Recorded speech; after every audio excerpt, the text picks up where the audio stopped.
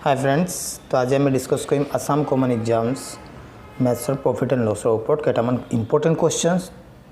तो इतना प्रथम क्वेश्चन आछे इतना सब a person buy a book for ₹200 and sales it for ₹225। तो what will be his gain percent. तो लाभ परसेंटेज किमान हम। तो इतना चाब a person buy a book for ₹200 ना, तो यू हल अपना cost price and sales it for ₹225 यानी कस्ट प्राइस दिया आछे किमान 200 एंड सेलिंग प्राइस आछे किमान 225। तो इतना चाबा सेलिंग प्राइस जदि बेसि है, selling price is greater than cost price, then सदाय कि हबो प्रॉफिट हबो।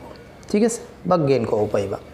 तो प्रॉफिट किमान हबो सेलिंग प्राइस सबरा कस्ट प्राइस तो माइनस कर दिम किमान हबो एटू 225 माइनस 225 तो 25 रुपीज कि हम प्रॉफिट हम। ठीक है, ऊल्ब कि लगे गेन परसेंटेज तार माने प्रॉफिट परसेंटेज ऊल्ब लगे। तो गेन परसेंटेज बा प्रॉफिट परसेंटेज किमान हम प्रॉफिट ऊपर आम लिखिम 25 डिवाइड बाय तलत आमार हम सीपी सदाय सीपी तो आमार तलत है। तो सीपी किमान 200 सो 200 तलत इनटू परसेंटेज ऊल्ब लगे हेकाने इनटू 100 कैंसल कर दिया दुटा जीरो कैंसल तार माने आंसर हल 25/2।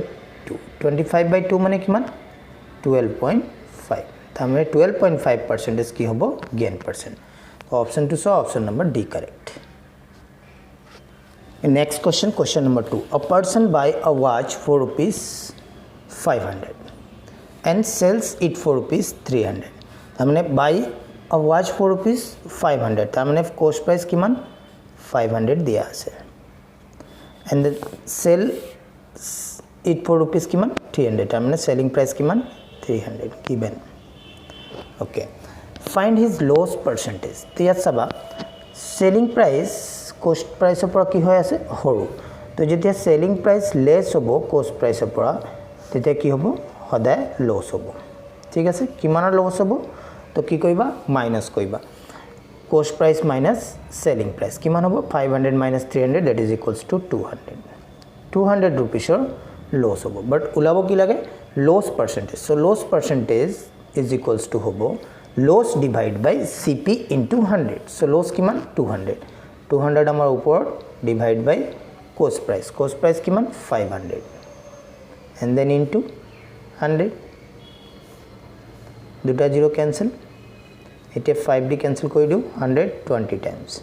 सो 20 इंटू 2 करिले किमान हम 40।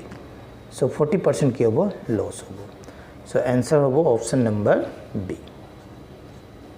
नेक्स्ट क्वेश्चन, क्वेश्चन नंबर 3 यह दिया आछे कि a gold bracelet is sold for ₹14,500 at a loss of 20%। तो what is the cost price of the gold bracelet. तो चुआ इतना ऊल्ब कि लगे कस्ट प्राइस। तो कस्ट प्राइस एक काम कर 100 एज्यूम कर लोৱা। ठीक है, चुआ इतना इमानक जदि सेलिंग करिले तार पिছত लॉस किमान हल 20%। तो 20% यार ऊपर 20% किमान हम इतना लॉस परसेंट 20% हो आछे तार माने लॉस 20% जदि हले तो 100 और 20% किमान हम 20। ठीक है, तो सेलिंग किमानत सेल करिब तो 20 माइनस कर दिया 100 माइनस 20 करिले किमान हम 80 रुपीसत कि करिब सेल करिब। ठीक है, तेतिया आमार कि हबो लॉस 20% हबो। इतना सेलिंग प्राइस तुम पाला जे 80 इतना गिवन दिया आछे किमान 14,500। So this is equals to this तार माने 80 यूनिट इज इक्वल्स टू 14500 हबो।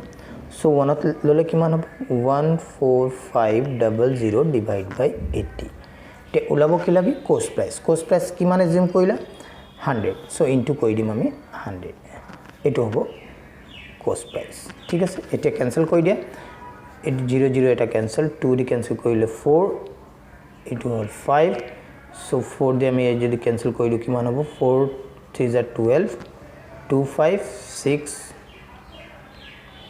1 0 10 2 and then 5 into 5 multiply करिले किमान पाबा 5 5 25 2 5 2 10 2 12 कैरी 1 6 5 जा 30 और 1 किमान 31 एंड देन 3 5 3 जा 15 3 18 तार में 18,125 रुपीस की होबो कॉस्ट प्राइस ठीक है ऑप्शन ऑप्शन नंबर हल फर्स्ट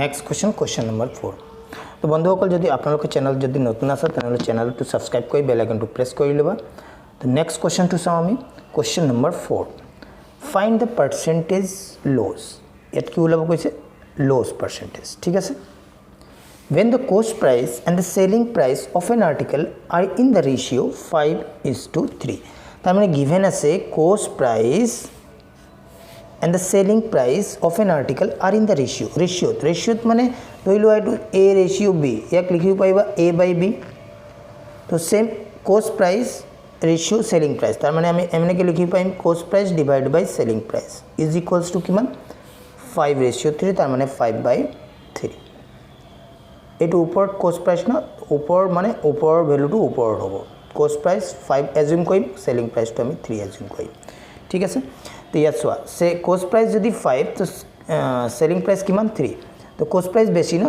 cost price যদি বেশি হলে কি হ'ব লস হ'ব কিমানৰ 5 - 3 কইলে কিমান 2 ইউনিটৰ লস হ'ব ঠিক আছে এতিয়া চাবা ওলাব কি লাগে লস পার্সেন্টেজ তো লস কিমান 2 ডিভাইড বাই তলত কি হ'ব cost price কিমান 5 and then into 100 এটো কি হ'ব লস পার্সেন্টেজ ঠিক আছে कैंसिल कर दिया 20 टाइम्स 25 जा 100 एंड देन 20 into 2 কইলে কিমান 40% লস हो ठीक है हमने यार आंसर होगा 40% ऑप्शन नंबर फर्स्ट